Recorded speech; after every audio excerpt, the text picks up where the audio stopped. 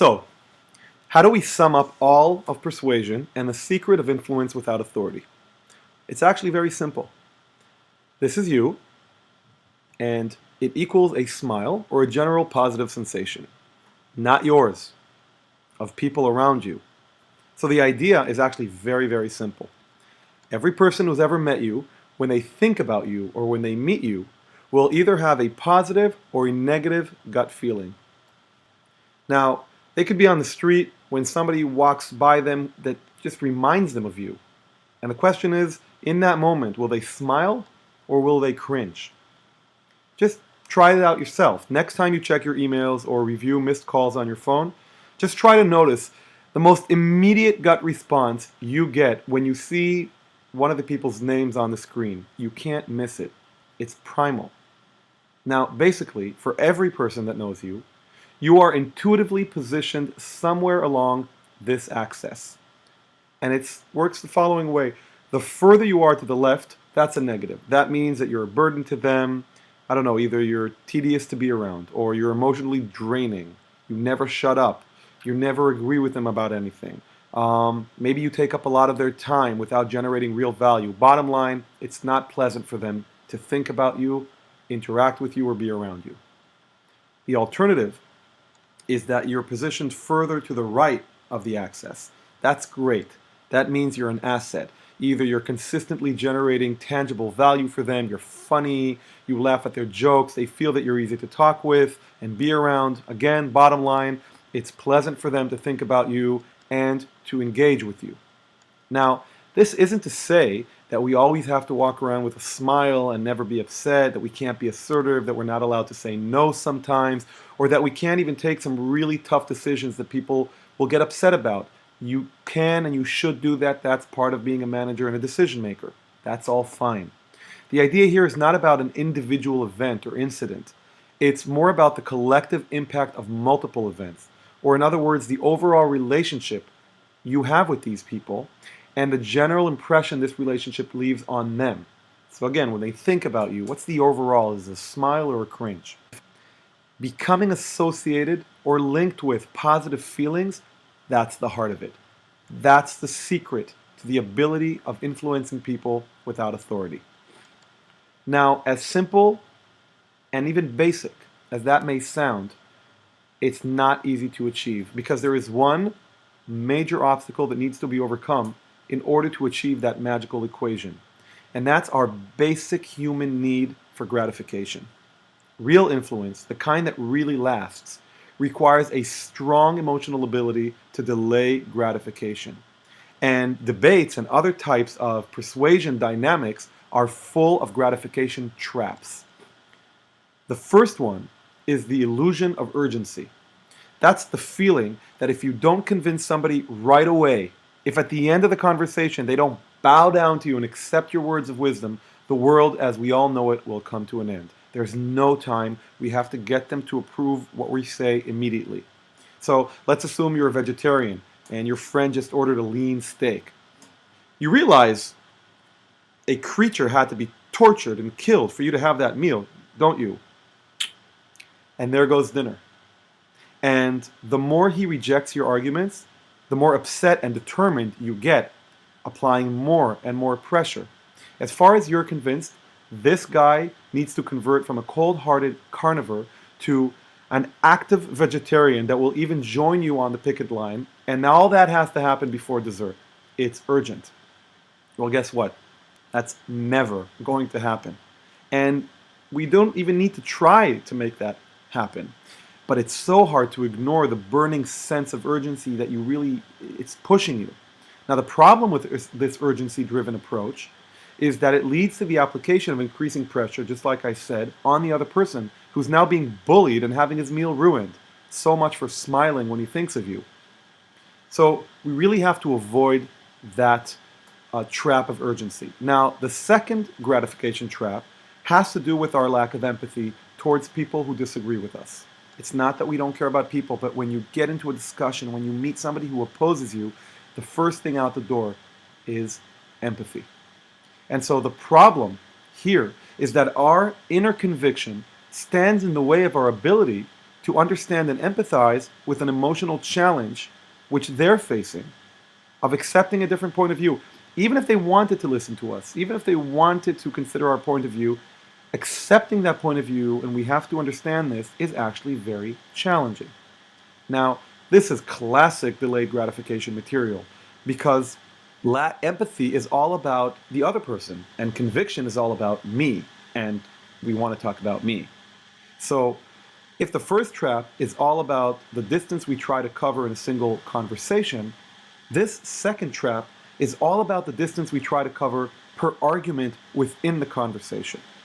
And as a result, we plunge into the conversation presenting statements and arguments that are far-reaching, which to us, by the way, are obvious, both logically and intuitively, but to the other person, they represent pretty big leaps that are too great for them to take at once, at least without suffering.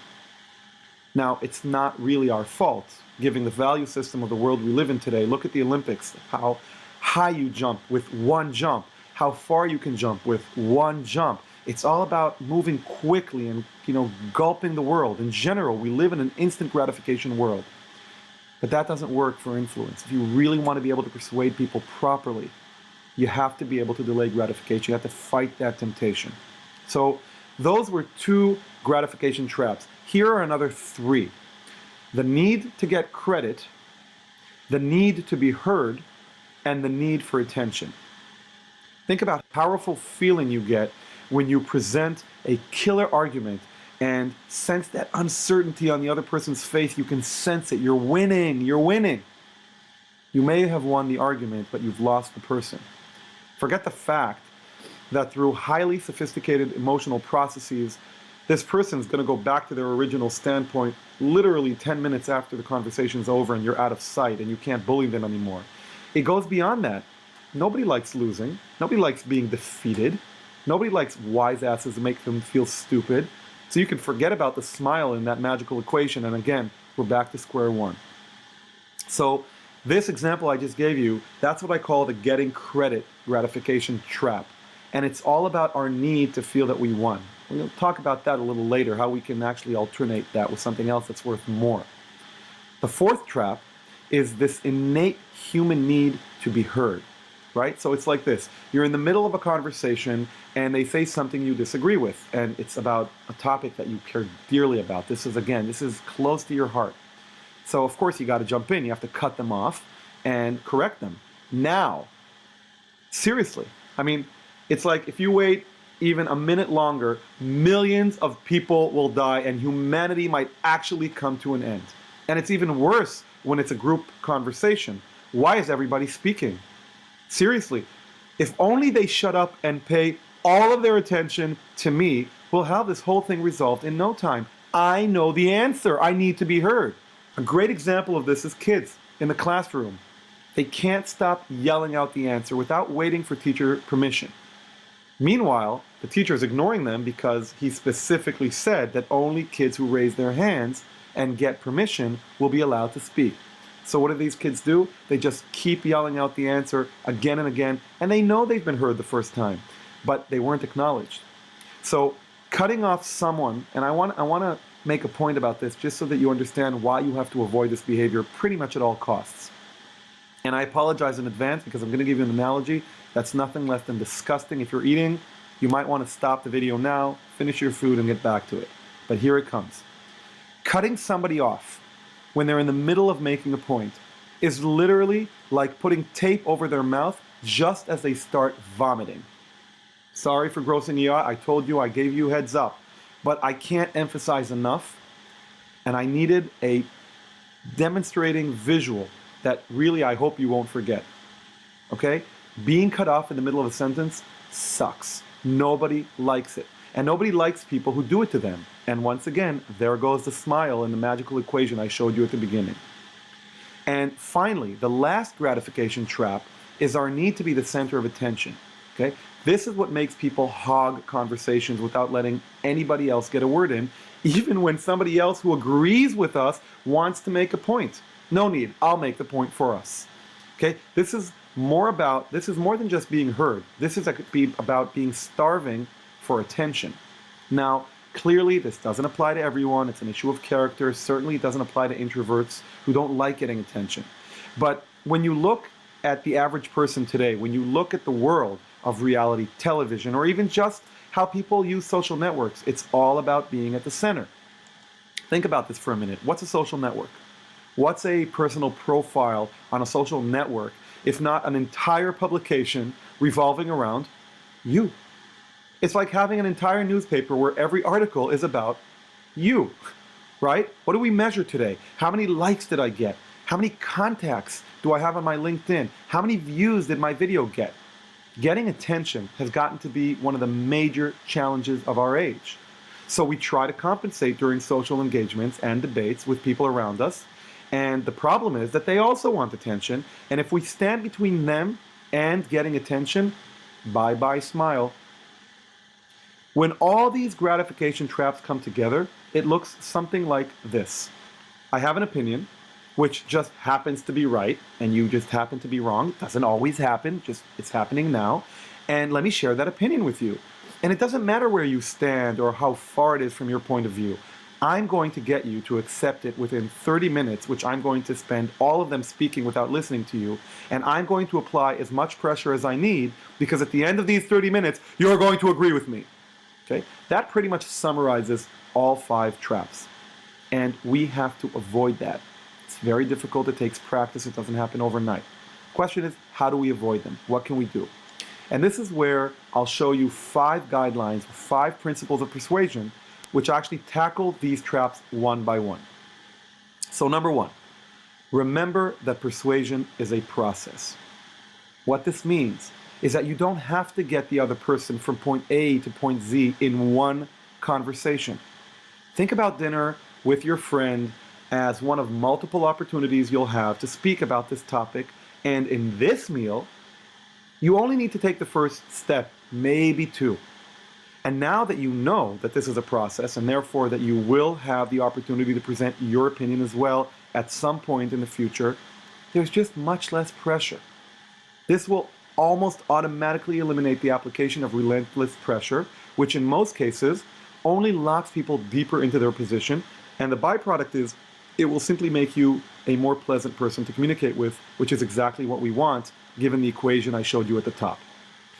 Number 2, aim for small steps. Basically, the smaller the step you try to get the other person to take away from their current belief system, the lesser resistance you can expect to get. But more importantly, the more pleasant the process will be for them. You see, most people don't like change. Change is an unpleasant notion. And when it comes to persuasion, it goes well beyond the basic fear that people have of the unknown, which is associated with change. It also has to do with the fact that by accepting your opinion, they need to accept that they were wrong, and maybe have been for a while. People don't like that. People will go to great distances to avoid reaching this conclusion and dealing with its emotional backdrop, even if they have to ignore raw data that's proven scientifically to them. So maybe all you do in this dinner is listen to the other person present their point of view. And if you really want to take these 2 principles like to the distance, right, the whole 9 yards, maybe you spend the next 3 conversations with him over the next several weeks, talking about other topics, topics that he brings up, neutral topics, fun topics. Build your rapport. Get him to associate you with enjoyable conversation. Then, when you finally bring up your sensitive topic, conditions for influencing him are optimal. And even then, ask yourself, what's the next step? How small can I make it? Think about the smallest possible step this person could take in your direction and focus on that. Focus on achieving that in the conversation. Now, I'm not going to go into the multiple strategic benefits of this type of approach, just beyond the fact that it makes the conversation more pleasant and serves that magical equation. Right now, all I want is your understanding that you're not going to walk into dinner or into any other debate-like conversation expecting yourself to persuade anyone to conduct a 180-degree shift in their belief system in that one dinner. You'll quickly discover that small steps generate much less resistance and therefore allow for faster progress. And you'll also discover that the smaller each step, the greater and the longer lasting overall distance you can get the other person to cover. Distance meaning from their current point of view to the point of view you want them to embrace. Now, what you should be asking yourself at this point is, what's the smallest possible step that somebody can take? And that's exactly our third principle. Remember this: people are best persuaded by conclusions they reach or they think that they reached on their own. Let people feel that they reached the conclusion themselves, even if you guided them there. Let them walk away from the conversation thinking it was all their idea. Let them get all the credit. This is exactly countering that third gratification trap, which was about getting credit. And for you, this comes down to a very simple choice. Do you want to be able to say, "I told you so"? Do you want to be able to tell yourself a story about how amazing you are and how sophisticated a debater you are, that you changed this person's mind, that you won the argument? Or do you want to actually change this person's mind and behavior? And do you want this change to last? This is the difference between short-term gratification, winning, and long-term gratification, which is changing the world, even if it's just one person at a time. Now, the way you can get people to feel that they reached their own conclusions is by reversing the dynamic from they say something to you say something and you battle it out to only they say something. And this is our fourth principle. It's about leading the conversation with questions. So this principle is all about asking questions rather than presenting conclusions and statements. And I know this is annoying. Again, this goes head on with the trap that I spoke about, which is the need to be heard. You have the answer. You went and you studied and you researched and you're intelligent. You have the answer and you want to put the answer on the table. And by the way, we're taught from a young age that it's all about having the right answers, right? What's high school? What's college? What's university? It's the exams where somebody else poses questions and you get a good grade for knowing the answer. Well, here, it's the exact opposite. It's all about asking the right questions. So this makes it much more pleasurable for them, once again. The secret is to let them be heard as much as possible. Bite on a piece of wood if you have to. Go to another room every 10 minutes and, I don't know, punch the wall and then come back with a smile. Because just like you, they want to be heard. They are sure that they're right, and they are dealing with the same sense of urgency. Lead with questions. Let them feel that it's all about them. And that, in effect, is our fifth and last principle. Make them the center of the conversation. You know, Mark Twain nailed it with this one statement that he once said. It goes, "Talk to a person about himself, and he will listen to you for hours." So how do you lead with questions? Whatever they say, ask a follow-up, open-ended question. Be curious about their opinion and its origin. Dig deeper into the things that they say. If you have to, pretend for a while that you don't have an opinion and that you're just this neutral interviewer, as if there were ever a neutral interviewer, who is simply trying to get a comprehensive understanding of their point of view. Now maybe you understand the reason that I said at the beginning that there is a major obstacle.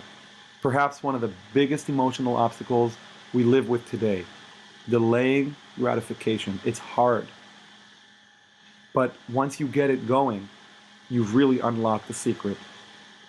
Because it's that hard, that it works so magically on other people. But think about it for a minute. It's exactly how hard that it is that makes it such an amazing opportunity for us. What turns us into rare assets to people around us is that with us, they don't need to delay gratification. We do it for them. They have to speak first because of that sense of urgency. Let them. They need to be heard because they have the right answer. Let them. They need to feel they won and get the credit at the end of the conversation. Let them. They want to be the center of attention. Let them. We let people enjoy these instant tactical gratifications while we play for the bigger, more meaningful prize. And as a result, they enjoy speaking with us. And as a result of that, they want to speak with us again and again. And there's the process, that first step. See, these 5 principles operate like a cyclical process. There's a lot to learn about how to implement them. That's a whole world unto itself. But the very first step is wanting to, understanding why they work and that they're worth the pain in your stomach when you want to explode, but you don't. From here on, it's fairly simple. It goes like this. The more you can delay your own gratification, the more gratification you can offer them. The more gratification you offer them, the more they enjoy engaging with you. And the more they enjoy engaging with you, the more positive their general impression of you. And that's the magic equation we started out with. Now, once you get that equation going, people start gravitating towards you. You become the focal point of their comfort zone. And the more people gravitate to you, the more influence you have over them. And what's great about all of it is that it has nothing to do with authority. So,